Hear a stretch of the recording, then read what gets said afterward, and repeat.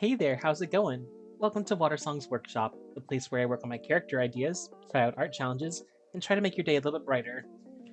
Well, this is video number 7 in my series, Pokemon as D&D characters. Um, as you know by now, we're in a campaign where all of the major NPCs and the party members are based off of Pokemon, and I wanted to continue this idea with showing off some of the deities that rule this world. Um, so far, I know you've seen several different warlords, you've seen the party, you've seen important NPCs, you've seen a lot of the people who make up the world, but you haven't seen the ones who rule over it, and I wanted to give a little bit of special attention to them. So without further ado, let's jump on in. The god of the grave, Morvothis, is a benevolent ruler of the souls that depart from the world. They are the keeper of their younger sister, Valerion, always aiding her in which souls are destined for greatness. They shepherd all souls that have left the mortal plane to their demiplane, known as the Slumbering Hollow, where souls go to rest. Morvothis is inspired by Yveltal. Yveltal?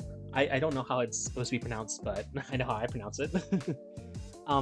Originally was supposed to have a special interest in Scattro, but recently has decided to change his tactics towards asking about Valden Key. I won't go too deep into that quite yet. That is still kind of unfolding at the moment. I know you've also heard the name Valerion mentioned, and that'll be coming up in just a second. He has this Beetlejuice-like flavor to him, where he's theatrical and very morose, which Morvothis kind of makes sense. But yeah, here's the finished inspiration of Yveltal as a deity. Goddess of Life, Valerion is the slightly younger sister of Morvothis. With the help of their brother, she is tasked with threading the strings of fate to every mortal being. She watches happily and enthusiastically as the mortals she helped breathe life into, as if they were clay dolls, wander all over Cronin in search for what gives their lives purpose and meaning.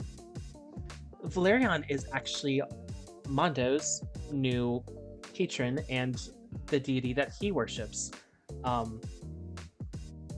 Originally, I think he found his way into this because of Zahella, but I think he's found some symbolism and purpose in the deity of life doing her job. As you can see, Valerion is inspired by Xerneas. I wanted to make sure those antlers and those glowing gems really brought the most focus into this piece. I also wanted to make sure that she had one of her clay dolls sitting in one of her hands, so you could see exactly how she worked with the mortals. But here's the finished thought process of Xerneas as a deity.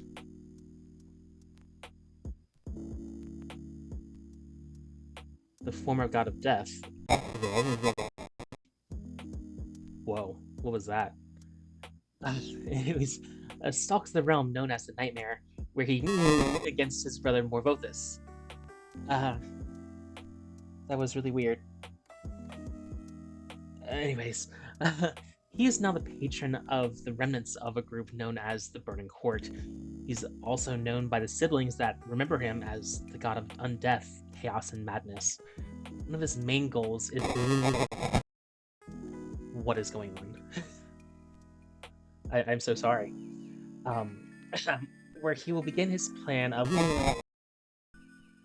Help. To reclaim his place in the pantheon of Cronin.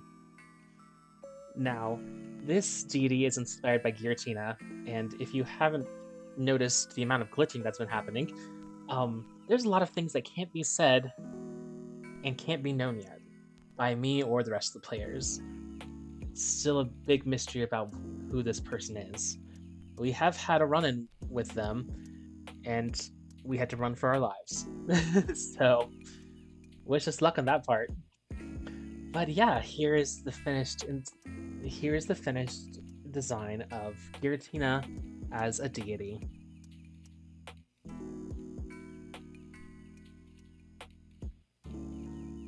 The goddess of peace and love, Floralis is the most neglected of the gods in Cronin. The war between her brother and sister, Gregoris and Gehenna, has made mortals lose hope in any form of peace talks. She and her sister, the goddess of nature, who I will be showing off in a different video, enjoy each other's company, devoting themselves to aiding one another in the Feywild, or until mortals begin finding hope again for peace in Cronin. This one was inspired by Shaman. Honestly, probably the saddest story of any of the deities. Having been tossed out of her realm because people didn't believe in her is horrible, and hopefully the players will find her once I believe Cronin desperately needs peace. But yeah, here's the finished inspiration for Feynman as a deity.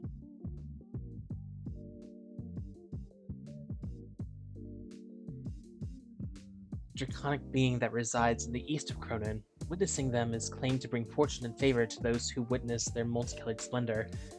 Being said to have been birthed from ash clouds and the light of dawn, their majesty is not pure divinity alone, but from raw, pure arcane energy, being the Kami of the rising dawn.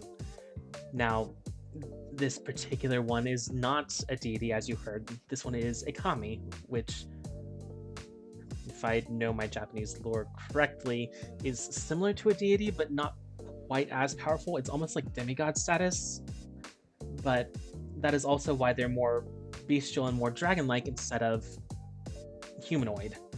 They'd prefer to take their form as a beast. I believe we have actually found a feather of this, though I think I'm the only one who picked up on that. I don't even know if the rest of the party remembers finding this feather. It was in session 0, it's been so long ago. But yeah, this one is actually a counterpoint of one of the deities I made for what was supposed to be my last campaign that didn't happen. If you remember my drawing of Lugia, this is supposed to be their counterpoint, and hopefully we'll come back to Lugia later on. I'll be able to talk about him a little more. But yeah, here's the finished inspiration of Ho-Oh as a Kami.